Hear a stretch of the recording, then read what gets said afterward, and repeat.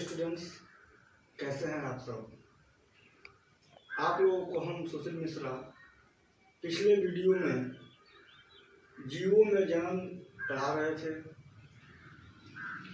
उसमें हमने आपको जन्म के बारे में बताया और लैंगिक जन्म तक हमने आपको समझा दिया था। आज हम अलैंगिक जन्म की विभिन्न विधियों पर चर्चा करेंगे।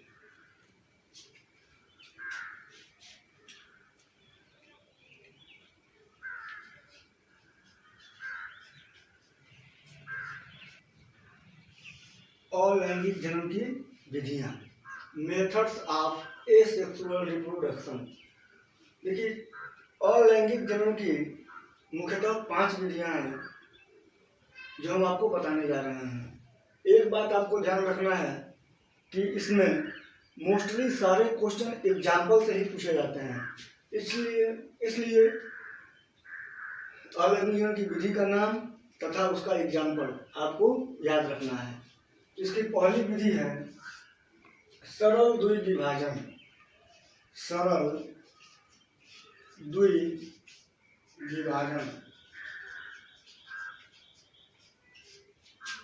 Binary fission.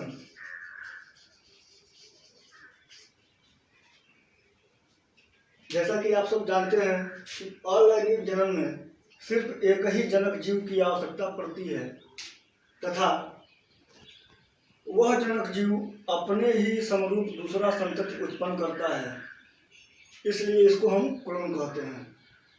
तो इस तरह के जन्म में सिर्फ एक ही जनक की आवश्यकता होती है।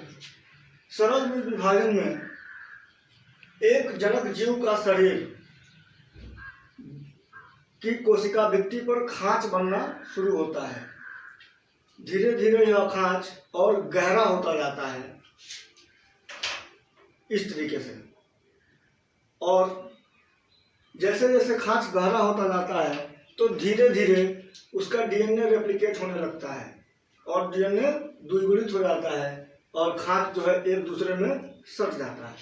जैसे ही खांच एक दूसरे में सटता है और डीएनए रेप्लिकेट होकर यानी द्विगुणित हो जाता है तो डीएनए अलग अलग इन दोनों कोशिकाओं में चला जाता है और एक जनक जीव से 2 संततियां उत्पन्न हो जाती हैं। इसका एग्जाम्पल है अमीबा।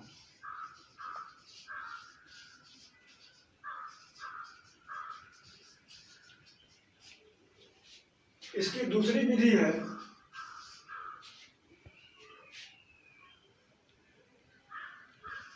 बहुविखंडन।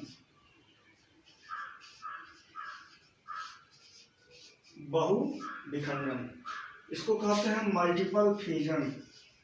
मल्टीपल फ्यूजन, इसका भी एग्जाम्पल अमीबा ही है।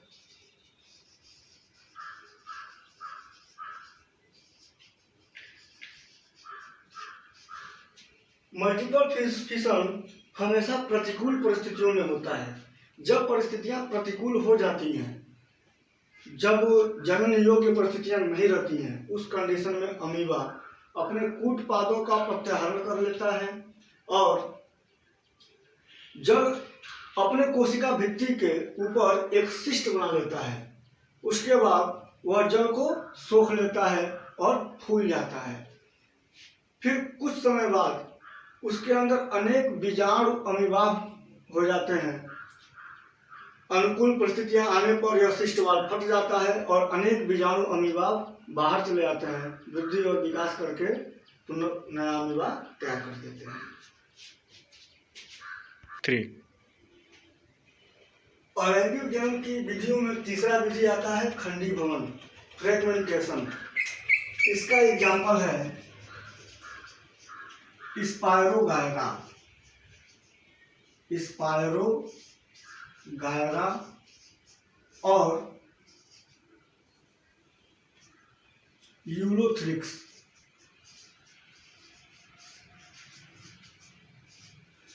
इस तरह के अलैंगिक जन्म में जीव का शरीर खंडों में टूट जाता है। प्रत्येक खंड में डीएनए पाया जाता है यह टूटे हुए खंड जब अनुकूल परिस्थितियां आती हैं तो प्रत्येक खंड से एक नए जीव को जन्म देते हैं। इसकी चौथी विधि है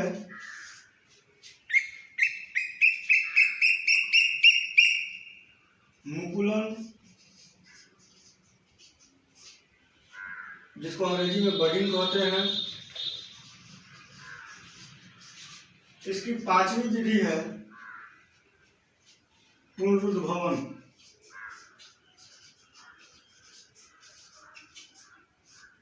जिसको रीजनरेशन कहते हैं। मुकुलन और पुनरुद्भवन के बारे में हम आपसे अगले वीडियो में चर्चा करेंगे। फिलहाल के लिए इतना ही। अगर किसी भी स्टूडेंट को कोई जानकारी नहीं समझ में आई हो तो वो कमेंट बॉक्स में कमेंट कर सकता है। घर पर रहें, सुरक्षित रहें।